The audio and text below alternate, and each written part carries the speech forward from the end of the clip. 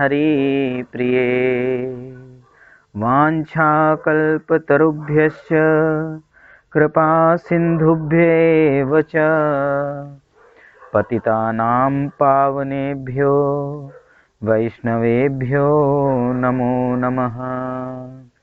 श्री कृष्ण चैतन्य प्रभु नित्यानंद श्री अद्वैत गदाधर श्रीवासादि गौर भक्त वृंद।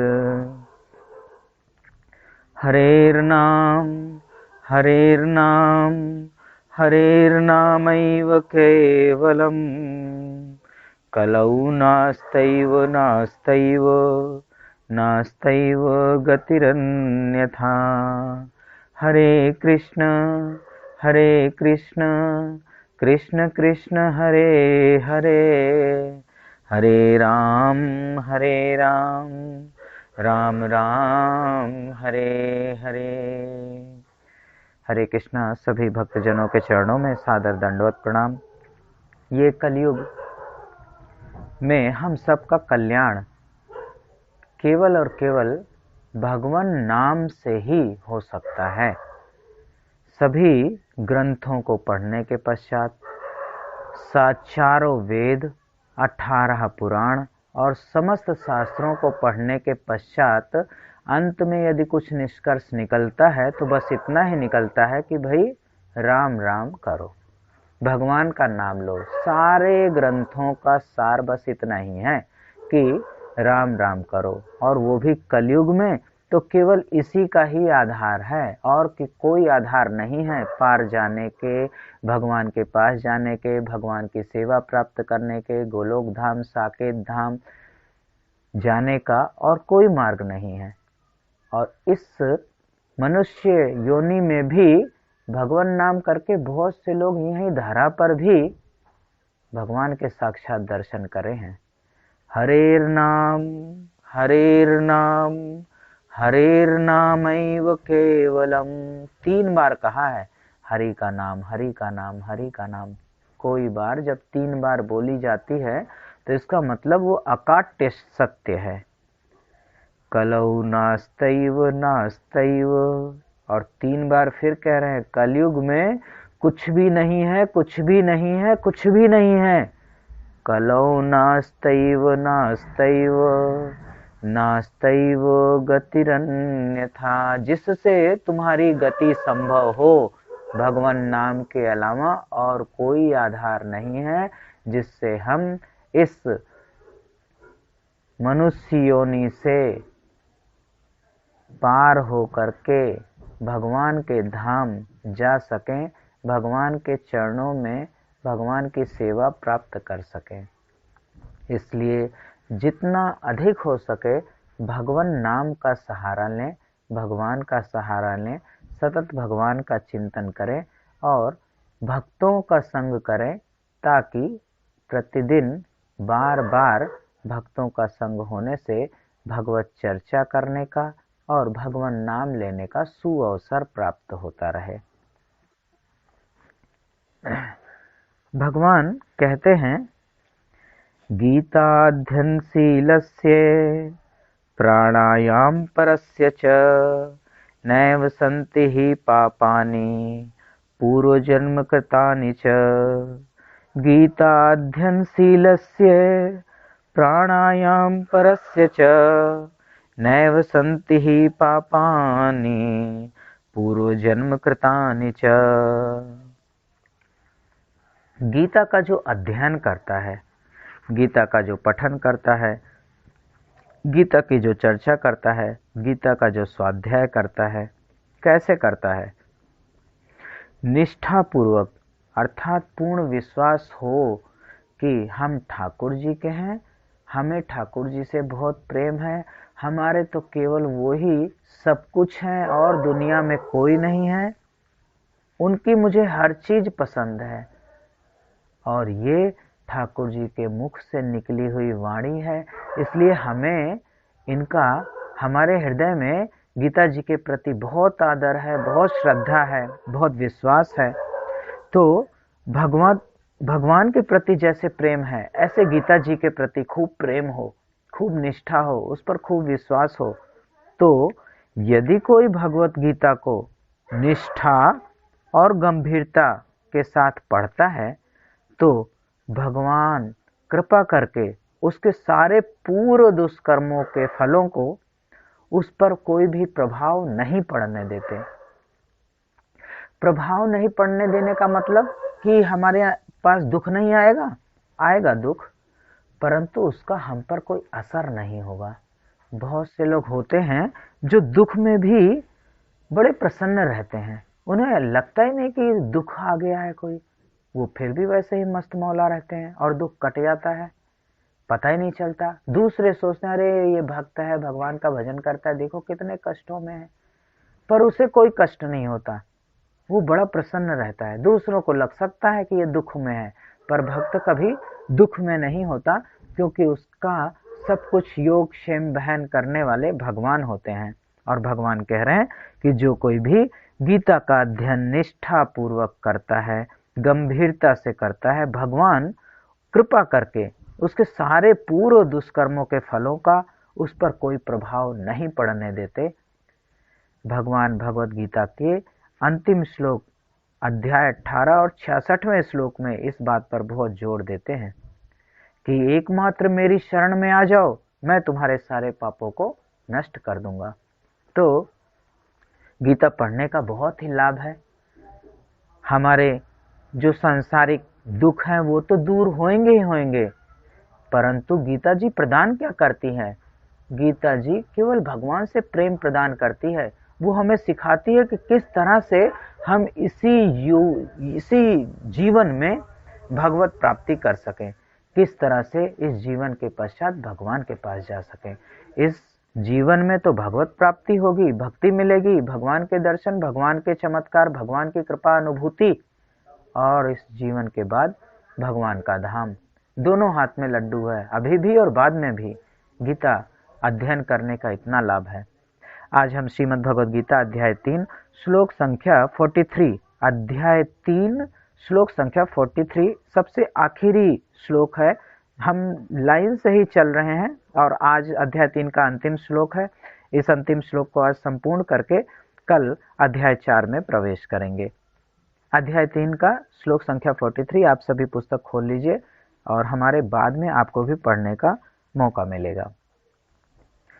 एवं बुद्धे परम बुद्ध्वा संस्थाभ्यात्मानमात्मना जहि शत्रु महाबाहो कामरूपम दुरासदम्।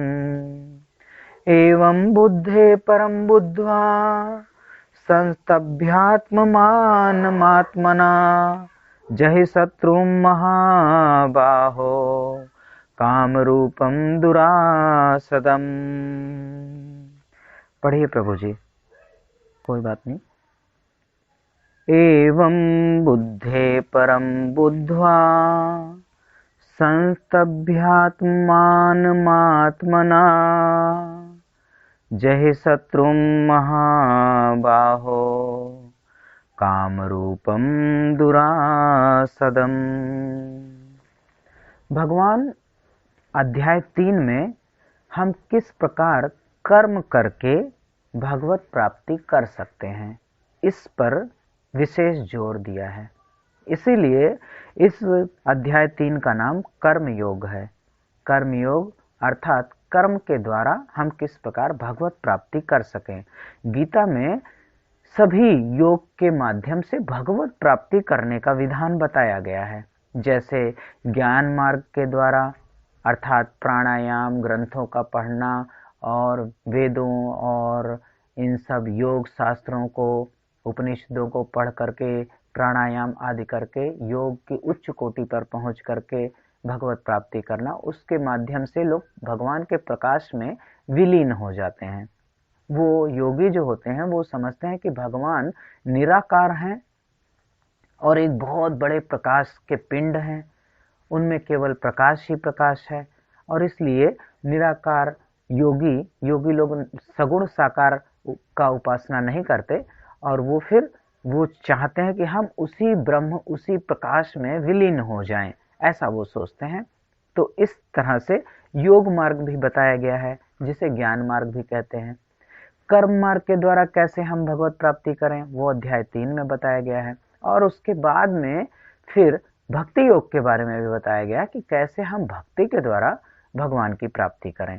तो गीता सभी के लिए है, चाहे कोई निराकार ब्रह्म की उपासना करता हो, चाहे कोई साकार ब्रह्म की उपासना करता हो, और चाहे कोई समाज सेवा करता हो, अर्थात भगवान की आरती, पूजा अर्चना, श्रृंगार, इन सब में उसकी रुचि नहीं है। वो तो चाहता है लोगों को कंबल बांटे, केले बांटे, और डॉक्टर है तो फ्री में दवाइयाँ बांटे, लोगों की सेवा करे और दीन दुखियों की मदद करे, ढेर सारे पेड़ लगवा रहा है और नदियों की सफाई कर रहा है, मतलब वो सेवा करता है। तो ये क्या हो गया, कर्म हो गया। भंडारे चलवाता है, औषधालय चलवाता है और कैंसर हॉस्पिटल बनवा रहा है, बहुत सारे कार्य हैं। तो ये क्या है, कर्म योग है।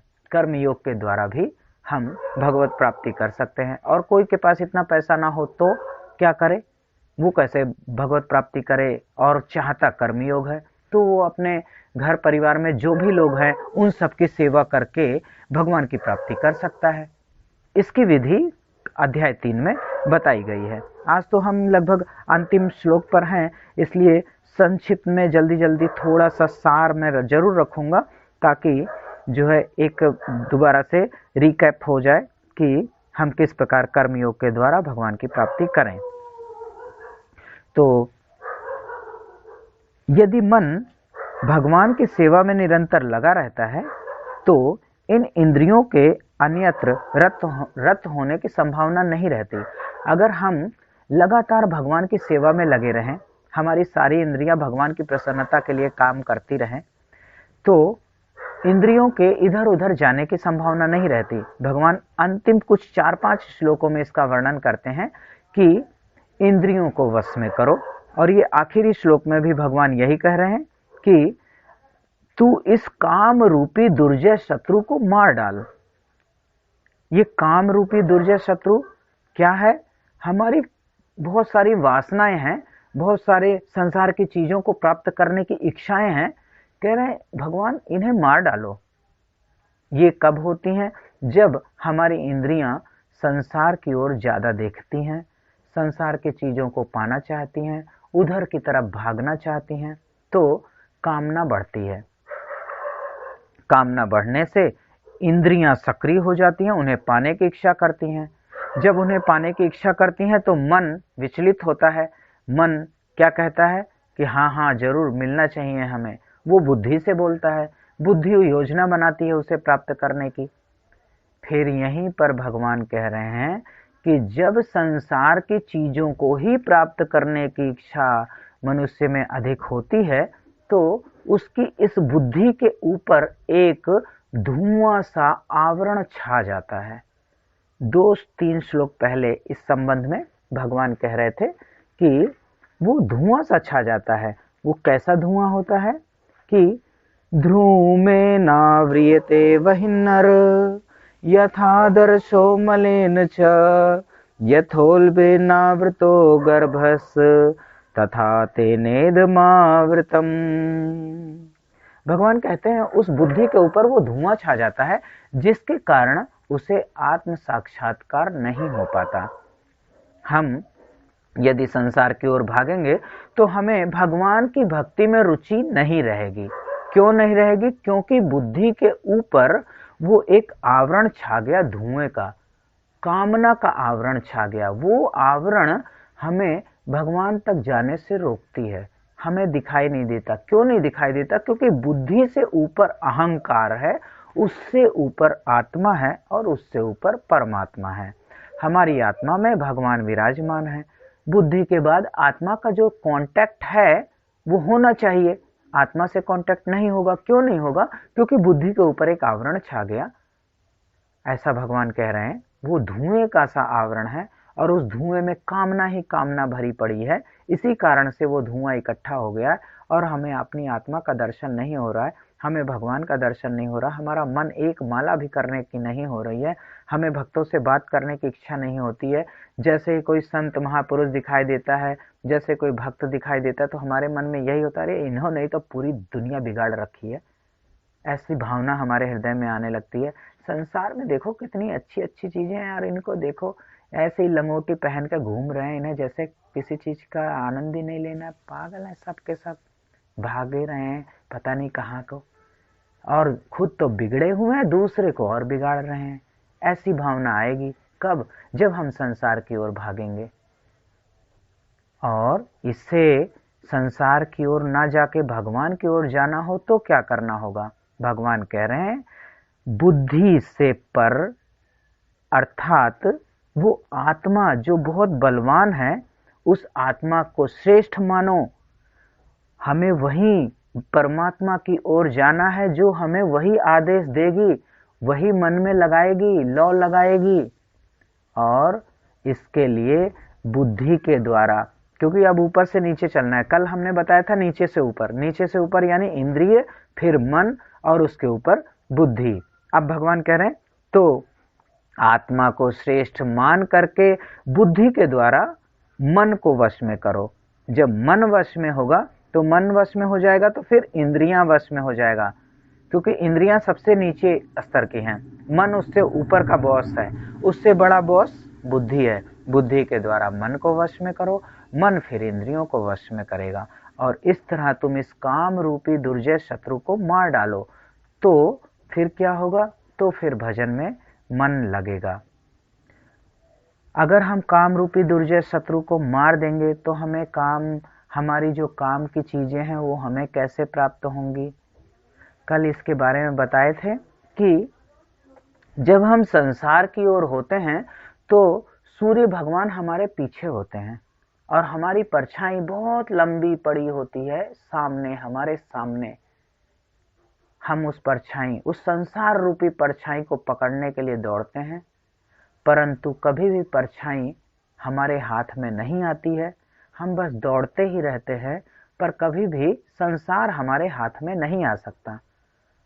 अगर किसी को प्राप्त हो भी गया हो तो सुख नहीं प्रदान कर सकता, वो दुख ही प्रदान करेगा, क्योंकि संसार केवल दुखालय है, संसार की चीजें दुखालय हैं। वो कभी न कभी मरेंगी, कभी न कभी उनसे वियोग होगा, कभी न कभी खराब होंगी, कभी न कभी टूटेगा, कभी न कभी उसका अपग्रेड वर्जन आ जाएगा और वो बेकार हो जाएगा। हमेशा चाहत बनी रहेगी, कमी खलती रहेगी, कभी पूर्ति नहीं होगी। और यदि हम भगवान की तरफ मुंह कर लें तो क्या होगा? तो सूर्य भगवान हमारे सामने आ जाते हैं। परछाई किधर पड़ती है? पीछे। यानी परछाई क्या है? संसार का रूप है। परछाई पीछे, हम भागेंगे किधर? ठाकुर जी की ओर, अपने इष्ट की तरफ भागेंगे। परछाई किधर चलेगी? हमारे पीछे पीछे दौड़ेगी। संसार किधर दौड़ेगा? हमारे पीछे पीछे दौड़ेगा। भगवान कहते हैं यदि तुम हमारे, केवल हमारा चिंतन करते हो, हमारा नाम लेते हो, हमें प्राप्त करना चाहते हो, हमारे नाम की माला जपते हो, हमारी शरण हो, हमारे अलावा तुम्हारा और कोई नहीं है, तो ये सारी संसार की चीजें ऐसी हो जाएंगी, अरे मुझे भी तो थोड़ा इस्तेमाल कर लो, मुझे भी तो थोड़ा थोड़ा स्पर्श कर दो, मैं भी थोड़ा पवित्र हो जाऊं, मुझे भी कभी अपने घर बुला लो, मेरे साथ भी थोड़े 10-5 मिनट बात कर लो। ऐसा हो जाएगा। संसार के लोग, संसार की वस्तुएं आपके पीछे पीछे रहेंगी। आपको जो आवश्यकता हो उतना प्रयोग करो, बाकी बांट दो, फालतू मत रखो, क्योंकि अगर फालतू रखोगे संग्रह भी दोष है, और संसार के पीछे भी पड़ना दोष है, उससे भगवत प्राप्ति नहीं होती है। इसलिए हमें प्रयास करना चाहिए कि हम अधिक से अधिक भगवान की तरफ जुड़ें, संसार की ओर ना जुड़ें। मनुष्य को चाहिए कि बुद्धि के द्वारा आत्मा को स्वाभाविक स्थिति को ढूंढे। आत्मा हमारी किस स्थिति में है उसे ढूंढे, आत्मदर्शन करे, और फिर क्या करे? अपना मन भगवान के चरणों में लगाए, अपना मन भगवान की सेवा में लगाए, भगवान के श्रृंगार में लगाए। जो योगी लोग होते हैं आंख बंद करके प्रकाश का दर्शन करते हैं।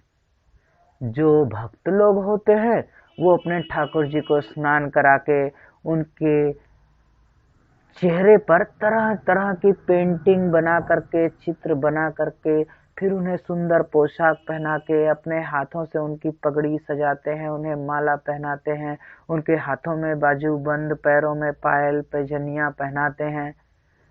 ऐसा शास्त्रों में लिखा है, जो आनंद योगी को समाधि में प्राप्त होता है, वही आनंद भक्त को भगवान के श्रृंगार करने में प्राप्त होता है। जितनी देर भक्त अपने भगवान का श्रृंगार करता है, उतनी देर उसे संसार की कोई भी चीज याद नहीं आती। वो केवल और केवल अपने भगवान को देख रहा होता है, उन्हीं में तन्मय होता है। वो यही सोच रहा होता है कि अब ऐसा आज पगड़ी बनाया हूं, तो कल कैसी पगड़ी बनाऊंगा, आज मैंने क्या नया सीखा, कल कैसे स्टाइल में उन्हें सजाना है। यही सब सोचता रहता है, अपने ठाकुर जी के बारे में सोचता रहता है। वही आनंद उस योगी को समाधि में प्राप्त होती है, वही आनंद भक्त को अपने ठाकुर जी के श्रृंगार करने में आनंद प्राप्त होता है। अब आप बताओ, 10 मिनट, 15 मिनट, आधा घंटा, 1 घंटा आलती पालथी मार के एक आसन पर बैठ करके, आंख बंद करके केवल प्रकाश का ध्यान करने में आनंद आएगा, या अपने ठाकुर जी को स्नान करा के, उन्हें पोंछ करके, उनके शरीर पे इत्र की मालिश करके, फिर उनके चेहरे पे अलग अलग तरह से पेंटिंग बना के, उनके आईब्रोज बना करके, उनकी आंखों को सुंदर करके, और उन्हें गालों पर नए फूल पत्ती बना करके, उन्हें अपने हाथों से पोशाक बना करके, पहना करके जो आनंद आएगा, वो ध्यान में आएगा क्या? आएगा ही नहीं। इसलिए भक्त बहुत आनंद में रहता है। वो रोज ही उत्सव महोत्सव मनाने की सोचता रहता है, रोज ही नए नए व्यंजन बनाने की सोचता रहता है कि आज ठाकुर जी को ये भोग लगाऊंगा, आज ठाकुर जी को ये भोग लगाऊंगा। और ऐसा सोचते सोचते ही उसका चिंतन ठाकुर जी में ही लगा रहता है, और ठाकुर जी से प्रेम बढ़ता रहता है। ठाकुर जी फिर अपनी भक्ति प्रदान करते हैं, उसे नए नए चमत्कार दिखाते हैं, उसके साथ खूब वार्तालाप करते हैं, और भगवान की कृपा की अनुभूति होने के साथ साथ उसके द्वारा ही बहुत सारे जीवों का भी उद्धार हो जाता है। उसके संपर्क में जो भी आता है, वो भी भक्त ही बन जाता है। तो ये अध्याय 3 श्लोक संख्या 43।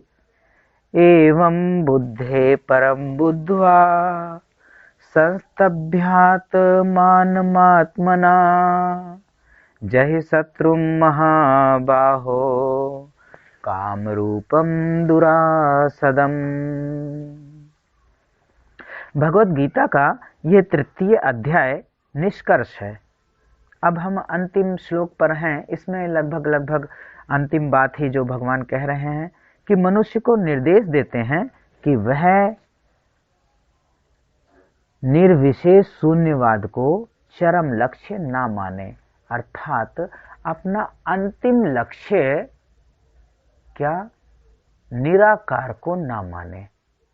निराकार अर्थात ध्यान करना, प्रकाश का ध्यान करना, ऐसा ना माने। अंतिम लक्ष्य क्या माने? ठाकुर जी को, सगुण साकार रूप को अपना अंतिम लक्ष्य माने। किसी को भी मान सकता है, वो विष्णु को मान ले, नरसिंह को मान ले, वाराह को मान ले, राम जी को मान ले, कृष्ण को मान ले। एक सगुण साकार रूप होना चाहिए, ताकि हम, क्योंकि हम मनुष्य हैं और हमें कैसी चीजें पसंद आएगी, जो मेरे जैसा हो। जैसे बच्चा होता है, खूब छोटा बच्चा, और अगर उसे बच्चों के बीच में ले जाके बिठा दो तो क्या होगा, अपने आप ही वो बच्चों के पास चला जाएगा। जबकि वहां बहुत सारे बुढ़े भी बैठे हुए हों, लेकिन वो बुढ़ों के पास नहीं जाएगा। किसके पास जाएगा? बच्चों के पास चला जाएगा, चाहे वो उनसे कभी ना मिला हो। क्यों? हर कोई अपने जैसा ही ढूंढना चाहता है, अपने से ही प्रेम होता है, अपने जैसों से ही प्रेम होता है। और हम तो निराकार है नहीं, हम तो साकार हैं, और प्रेम करें निराकार से तो संभव कैसे होगा? प्रेम बढ़ेगा नहीं, मन नहीं लगेगा। और अगर वो भी साकार हो, तो वो भी मेरे जैसा हो, तो जिस तरह हम छोटे छोटे बालकों को अपने गोदी में लेकर के खिलाते हैं, चीजें दिलाते हैं, उसको चूमते हैं, अगर वो वैसा ही अपने ठाकुर जी वैसे ही रूप में हो, तो कितना आनंद आएगा, तो कितना प्रेम बढ़ेगा। जब एक बाल गोपाल को अपनी गोदी में लेके इतना प्रेम बढ़ रहा है तो निराकार में वो प्रेम कहाँ आ पाएगा। इसलिए ठाकुर जी यहाँ कह रहे हैं कि अपना परम लक्ष्य एक सगुण साकार रूप को मानो। ऐसा मानने से आप भगवान की प्रसन्नता के साथ साथ भगवान की सेवा करने के लिए उद्यत हो पाओगे, भगवान से प्रेम कर पाओगे। भगवान से जो प्रेम करते हैं, भगवान की प्रसन्नता के लिए जो कार्य करते हैं, भगवान उन्हें विशेष शक्ति देते हैं। मनुष्य इंद्रियों, मन, बुद्धि पर नियंत्रण रख सकता है। कैसे रख सकता है? अपनी सभी इंद्रियों को भगवान की सेवा में लगा करके नेत्रों के द्वारा भगवान को देखें, किस तरह से आज उनका श्रृंगार हुआ है, कैसे लग रहे हैं। लोग अपनी सेल्फी, बुढ़े बुढ़े लोग भी अपनी सेल्फी लेकर के और वो फेसबुक पे डालते रहते हैं। क्या आनंद मिल रहा है। और अपने ठाकुर जी को इतने अच्छे से श्रृंगार किया है, उनकी सेल्फी क्यों नहीं लेते? उनको रोज अपने ठाकुर जी को फेसबुक पर डालो, सोशल मीडिया पे डालो कि आज भाई हमारे ठाकुर जी देखो कितने सुंदर लग रहे हैं। तो हम अगर भगवान की सेवा अपनी सभी इंद्रियों से करेंगे तो हम क्या करेंगे? अपने मन पर, अपनी बुद्धि पर, अपनी इंद्रियों पर नियंत्रण कर सकेंगे। भगवान ये एक आसान सा तरीका बता रहे हैं नियंत्रण करने का। अर्जुन आगे प्रश्न करेंगे कि हमारा मन बहुत ही चलायमान है और ये मेरे नियंत्रण से बाहर है। उसके बाद भगवान भक्ति का कुछ उसे उपदेश देंगे, लेकिन अभी उस तक पहुंचने में थोड़ा समय लगेगा। तो अभी तो संक्षिप्त में भगवान इतना ही कह रहे हैं कि अपनी मन, इंद्रियों, बुद्धि पर नियंत्रण रखने के लिए भगवान की प्रसन्नता के लिए कार्य करो। अपने हाथों से ठाकुर जी का भोग बनाओ, अपने हाथों से ठाकुर जी का श्रृंगार करो, ठाकुर जी की सारी सेवा अपने हाथों से करो। बहुत सारे ऐसे भी भक्तजन हैं जो बहुत अमीर हैं, बहुत ही ज्यादा अमीर हैं। उनके घर में 8-10 नौकर रहते हैं, लेकिन ठाकुर जी का भोग और ठाकुर जी की सारी सेवा स्वयं करते हैं। वो काम नौकरों से नहीं कराते। उनके घर खाना भी नौकर बनाने के लिए है, लेकिन नहीं बनाते। अपने ठाकुर जी का भोग स्वयं बनाते हैं। जब हम स्वयं बनाएंगे तो ही प्रेम होएगा। लोग बाजार से खरीद लाए और ला करके रख दिया, ये लो जी ठाकुर जी पालो, उसमें आनंद नहीं है, उसमें सात्विकता भी नहीं आती। पता नहीं कैसे लोगों ने बनाया है, किस विचार से बनाया है, मुंह में गुटखा डाल के बनाया है, बीड़ी पीते पीते बनाया है, कैसे आएगी। हम भगवान का नाम लेते हुए, महामंत्र जपते हुए अपने ठाकुर जी का भोग बनाए। हम महामंत्र जपते हुए, भगवान का नाम लेते हुए, भगवान को भजन सुनाते हुए ठाकुर जी का श्रृंगार करें तो प्रेम बढ़ेगा। प्रेम बढ़ेगा तो वो अनुभूति ऐसी होगी, ऐसी दिव्य होगी कि जिसका वर्णन तो शब्दों में हो ही नहीं सकता। भक्त भी नहीं कर पाता, जिसे अनुभूति हुई है ना, वो भी नहीं कर पाता। और वैसे भी ना करे तो अच्छा है, जो भी अनुभूति हो ठाकुर जी के साथ ही करे। अपने नियत कर्मों को बंद करने की आवश्यकता नहीं है।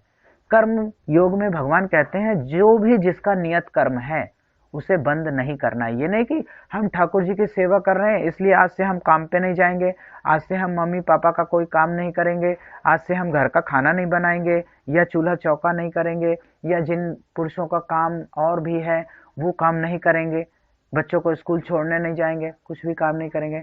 ये हमारे नियत कर्म है, इसे बंद करने के लिए नहीं कहा गया है। इन नियत कर्मों को भी भगवान से जोड़ने के लिए कहा गया है। हम ऑफिस जा रहे हैं पैसे कमाने के लिए, तो क्यों जा रहे हैं? पैसे कमाने के लिए। बस यहाँ क्या हो गया, हम संसार से जुड़ गए। हम ऑफिस जा रहे हैं क्योंकि भगवान के कुछ बाल गोपाल हमारे घर में हैं, उनकी सेवा पूजा अर्चना करने के लिए, उनके खाने पीने की व्यवस्था करने के लिए हमें थोड़ा सा काम करना पड़ेगा, ताकि कुछ धन से अपने बाल गोपाल की सेवा कर सकें। हम सभी में भगवत दर्शन करें। हमारे माता पिता भगवत स्वरूप हैं और इनकी सेवा करने के लिए हमें कुछ काम करना पड़ेगा। आज पिताजी ने कहा है मेरा ये मूंगफली खाने का मन है, चलो आज ठाकुर जी ने हम पे बड़ी कृपा की जो हमें आज कुछ सेवा करने का मौका दिया, मूंगफली लाएं और पहले ठाकुर जी को भोग लगाएं, फिर पिताजी को समर्पित कर दें। हर काम को किसी न किसी तरह से भगवान से जोड़ें। अपने नियत कर्म को बंद नहीं करना है और उसे भगवान से जोड़ना है। लेकिन कर्मयोग में दो बातें और कही हैं कि वो कैसा होना चाहिए, निस्वार्थ होना चाहिए, निष्काम होना चाहिए। ये दो बातें बहुत विशेष हैं। जो लोग कंबल बांट रहे हैं, औषधालय चला रहे हैं, या बहुत भागवत की कथा करा रहे हैं, भंडारा करा रहे हैं, आदि आदि, उनके लिए ये विशेष ध्यान रखने की बात है कि जो भी काम करें वो निष्काम भाव से करें, अर्थात उसके बदले में हमारी कोई कामना नहीं है, अर्थात हमें इसके बदले में कुछ नहीं चाहिए। दूसरा, निस्वार्थ भाव से करें, हमें इससे कोई स्वार्थ भी नहीं है। हमारे पास एक मित्र आया, बहुत कष्टों में है और उसके पिताजी का या घर में कोई बीमार है, ऑपरेशन के लिए पैसे चाहिए, वो मांग रहा है। हमने दे दिए और उसके बाद हमने अपने सभी मित्रों को बताया कि आज वो आया था और मैंने उसे इतने 1000 रुपए दिए। पता नहीं देगा या नहीं देगा, लेकिन चलो दुख के समय में काम आना चाहिए, इसलिए हमने दे दिया। ये क्या है? ये निस्वार्थ और निष्काम नहीं है। हम अपने दोस्तों को ये बताना चाहते हैं हम कितने दानी हैं। हम ये बताना चाहते हैं कि वो सारे दोस्त ये महसूस करें कि उन्होंने तो कुछ भी नहीं दिया, हमने 10,000 रुपए दिए हैं, हम कितने अमीर हैं, हमें सेवा की कितनी भावना है। ये भी स्वार्थ है। हम कुछ चाहते हैं। क्या चाहते हैं? वो सारे मित्र आगे से हमें प्रणाम करें, नमस्ते करें, ताकि हमारा सम्मान हो।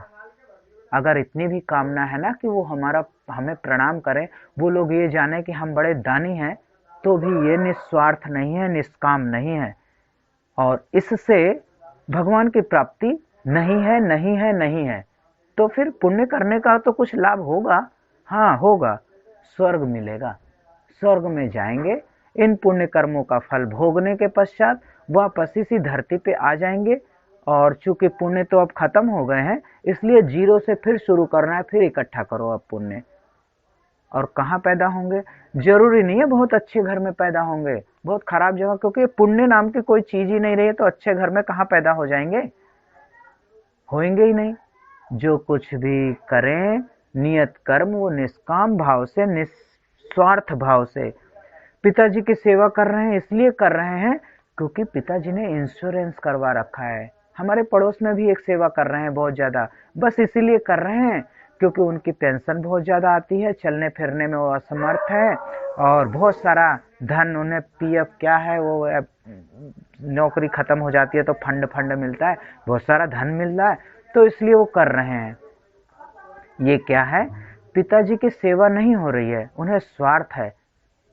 अगर ये भी स्वार्थ है कि मरने के बाद इंश्योरेंस से हमें पैसे मिल जाएंगे, तो इससे कुछ भी भगवत प्राप्ति नहीं होनी है।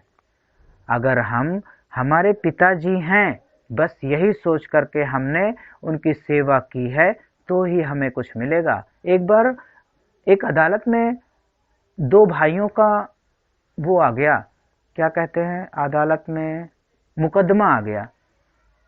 और मुकदमा क्या है? जज भी हैरान रह गया। छोटे भाई ने मुकदमा किया था कि बड़ा भाई 80 साल का हो गया है, माता पिता की अब सेवा नहीं कर पाता है, मैं इससे छोटा हूं, अभी मेरे पास ज्यादा ताकत है, मैं इससे कहता हूं कि अब माता पिता की सेवा मैं करूंगा, ये मुझे देता नहीं है। इस बात की मुकदमा कोर्ट में। ऐसी भावना होनी चाहिए कि हमें कुछ चाहिए नहीं, हम भी माता पिता की सेवा करना चाहते हैं। यहाँ तो भाइयों का प्रेम देखो कितना ज्यादा है। बड़ा वाला करने के लायक नहीं, 80 साल का हो चुका है, फिर भी वो कह रहा नहीं, माता पिता की सेवा मैं करूंगा, और छोटा कहता मुझे भी करने दो। ऐसा कहाँ नसीब मिल रहा है? आजकल तो लोग भेज देते हैं, चलो जाओ कहीं आश्रम में, वहां मौज करो, हम हर महीने भेज देंगे पैसे। कर्मयोग में हमें पूर्ण रूप से इस बात पर ध्यान देना होगा कि हम पूरी तरह से निष्काम भाव से और निस्वार्थ भाव से कार्य कर रहे हैं या नहीं, तभी हमें भगवत प्राप्ति होगी, अन्यथा हम स्वर्ग में जाकर के अपने पुण्यों को नष्ट करके इसी धरती पर पुनः आएंगे। परमात्मा से विमुख होकर जो लोग संसार की ओर जाते हैं उन्हें परमात्मा की प्राप्ति नहीं होती है। वो क्या सोचते हैं, मैं हमेशा जीता रहूं, मैं सब कुछ जान जाऊं, मैं सदा के लिए सुखी हो जाऊं, बस इतना ही चाहते हैं। लेकिन ना तो कभी सदा के लिए सुखी हो पाते हैं, ना कभी हमेशा के लिए अमर हो पाते हैं, और ना ही सब कुछ ज्ञान प्राप्त करते हैं। तो कौन प्राप्त करता है? अनपढ़ आदमी भी ऐसे हैं जिन्हें पूरी रामचरितमानस याद है। रामभद्राचार्य जी को देख लीजिए, बचपन से ही ब्लाइंड हैं और पता नहीं कितने ग्रंथ संस्कृत में उन्हें याद हैं।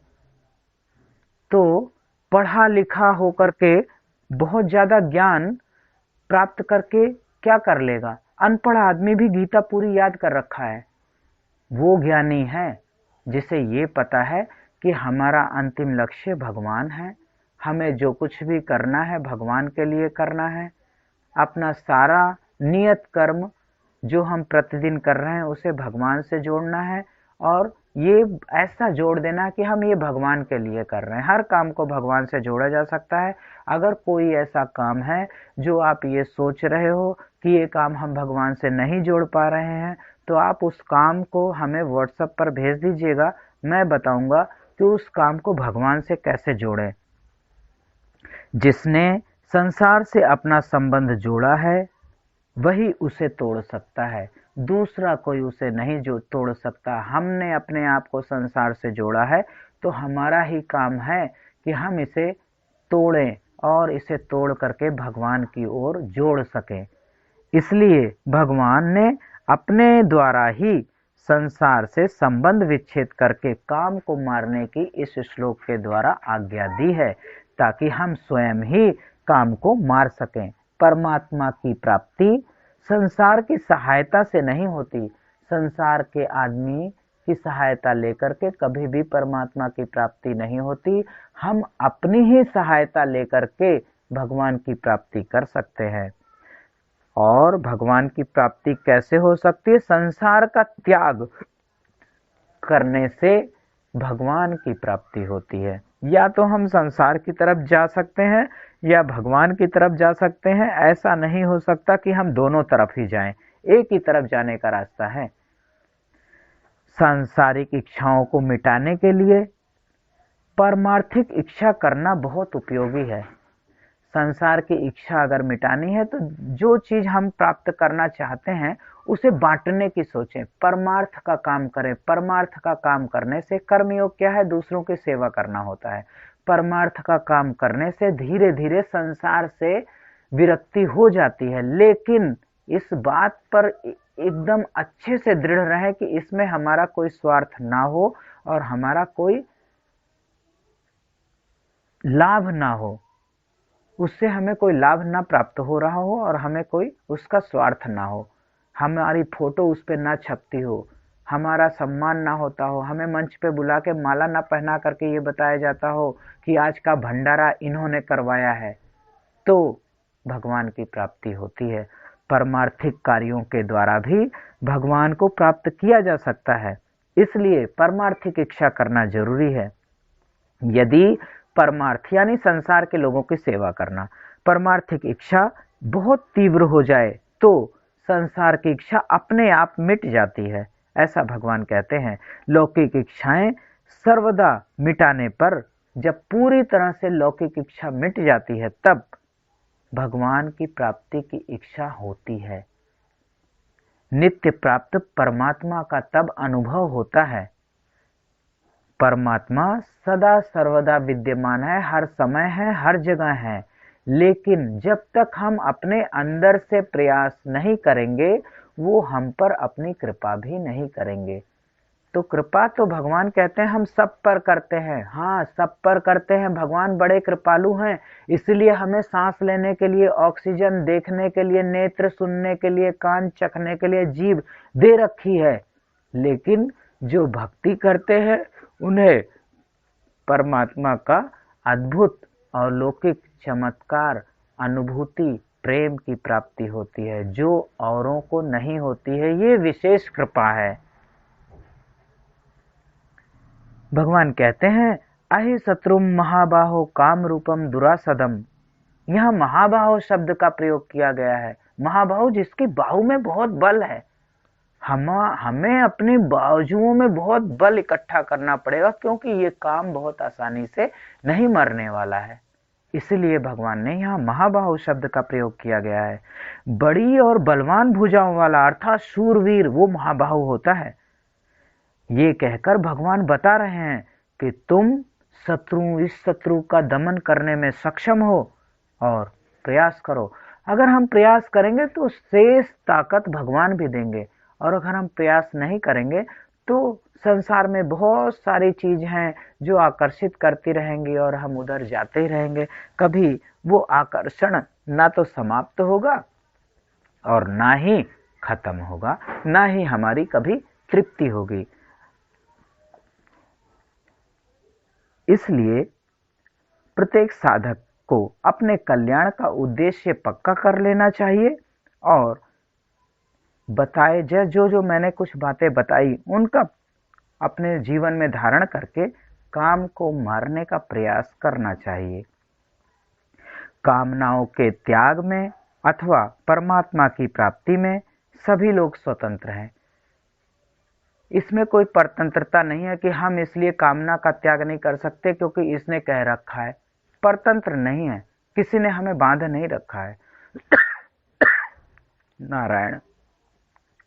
कामना का त्याग करने के लिए और भगवान की प्राप्ति करने के लिए सभी के सभी जीव स्वतंत्र हैं, सभी इसके अधिकारी हैं, सभी योग्य हैं और सभी समर्थ हैं। अर्थात पापी से पापी व्यक्ति भी भगवान की प्राप्ति करने के लिए स्वतंत्र है। भगवान ने इस काम के लिए बिल्कुल भी परतंत्र नहीं बनाया है। भगवान ने कर्म करने की पूर्ण स्वतंत्रता दी है कि तुम करना शुरू तो करो, बाकी हमारी तरफ एक कदम बढ़ाओ, मैं तो 1000 कदम तुम्हारी तरफ आने को तैयार हूं। आज की श्रीमद् भगवद गीता अध्याय 3 और ये अंतिम श्लोक का अर्थ लगभग संपूर्ण है, और भी थोड़ा बहुत है जो हम आगे के श्लोकों में उसको शामिल करते रहेंगे। आज के श्लोक पाठफल को श्री सीतारामचंद्र जी के चरणों में समर्पित करते हुए आप सभी भक्तजनों के चरणों में सादर दंडवत प्रणाम। आज हमारे पास एक नए भक्त आए हुए हैं। विभा जी, आप अपने बारे में कुछ बताना चाहें या आज के श्लोक के संबंध में कुछ कहना चाहें तो अपने विचार रख सकते हैं। हरे कृष्णा। किसी का कोई प्रश्न अथवा जिज्ञासा हो तो रख सकता है।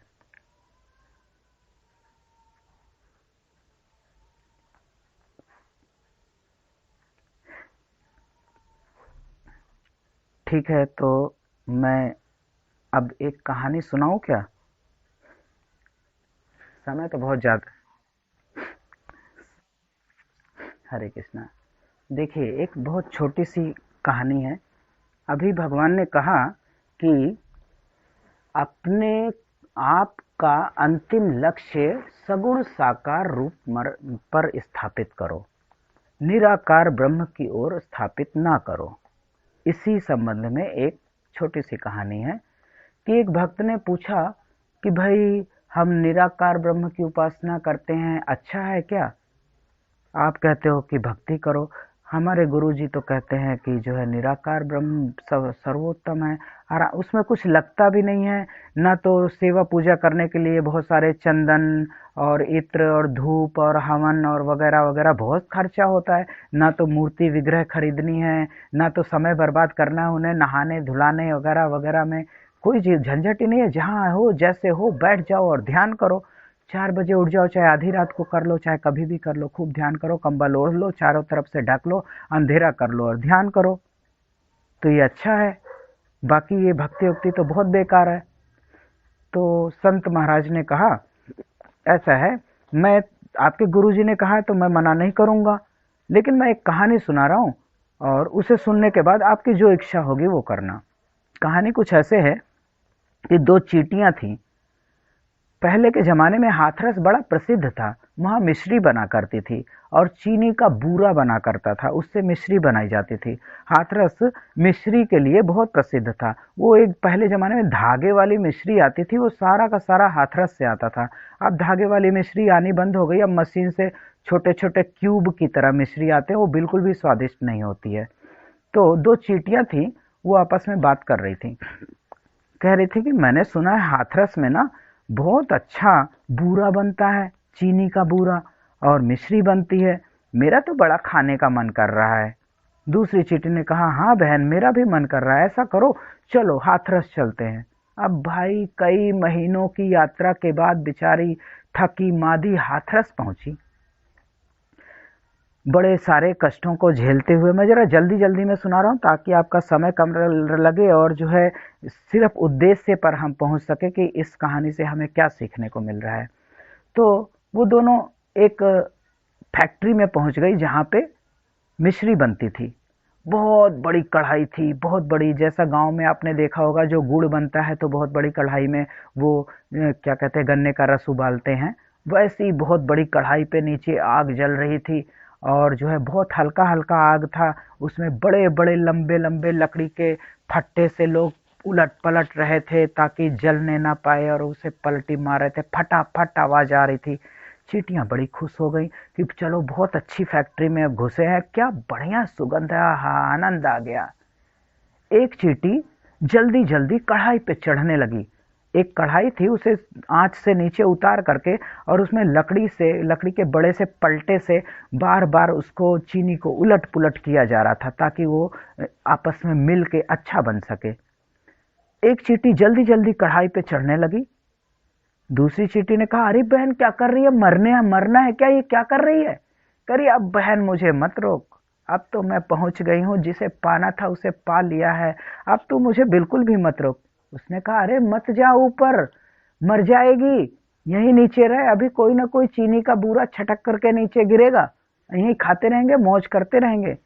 उसने कहा, ना ना, बिल्कुल नहीं, जिसे पाना है उसी में समाना है। और वो चढ़ गई ऊपर। एक पलटा आया और उसी में बूरा बन गई। वो बूरा खाना चाहती थी, बूरा बन गई। दूसरी चींटी जो नीचे थी वहीं रही, थोड़ा थोड़ा दाना कभी कभी बाहर गिर जाता था, वो खा लेती थी। एक उसे छोटा सा बिल मिल गया, उसके अंदर रहने लगी। अब उसके बाल बच्चे भी हो गए, वो बाल बच्चे भी वहीं आनंद से जीने लगे। सब बड़े मौज में थे, रोज चीनी का बूरा मिश्री खाने को मिलता था। थोड़ा सा दाना वो अंदर ले जाते थे, आनंद से खाते थे और जीवन यापन करते थे। सभी बड़े सुखी थे। एक चींटी प्रकाश को पाना चाहती थी, प्रकाश में विलीन होना चाहती थी, और वो जैसे ही प्रकाश में पहुंची उसी में विलीन हो गई। एक चींटी भगवान के भगवद रस का आनंद लेना चाहती थी और उस रस का आनंद लिया, स्वयं भी लिया, अपने बाल बच्चों को भी सिखाया, वो भी रसानंद ले रहे हैं और बड़े मौज में हैं। भगवत भक्ति ऐसा ही रसानंद है, स्वयं भी आनंद लेते हैं। रोज ठाकुर जी का उत्सव महोत्सव मनाते हैं। आज जन्माष्टमी है, आज एकादशी है, आज हमारे गुरु जी का जन्मदिन है, आज वाराह जयंती है, आज मत्स्य जयंती है, आज सीता नवमी है, आज भगवान का विवाह हुआ था, आज भगवान का जन्म हुआ था।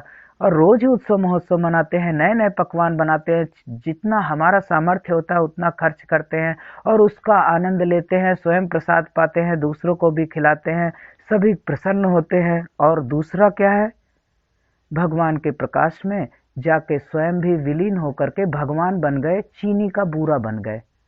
किसने अधिक आनंद लिया? कहाँ है आनंद?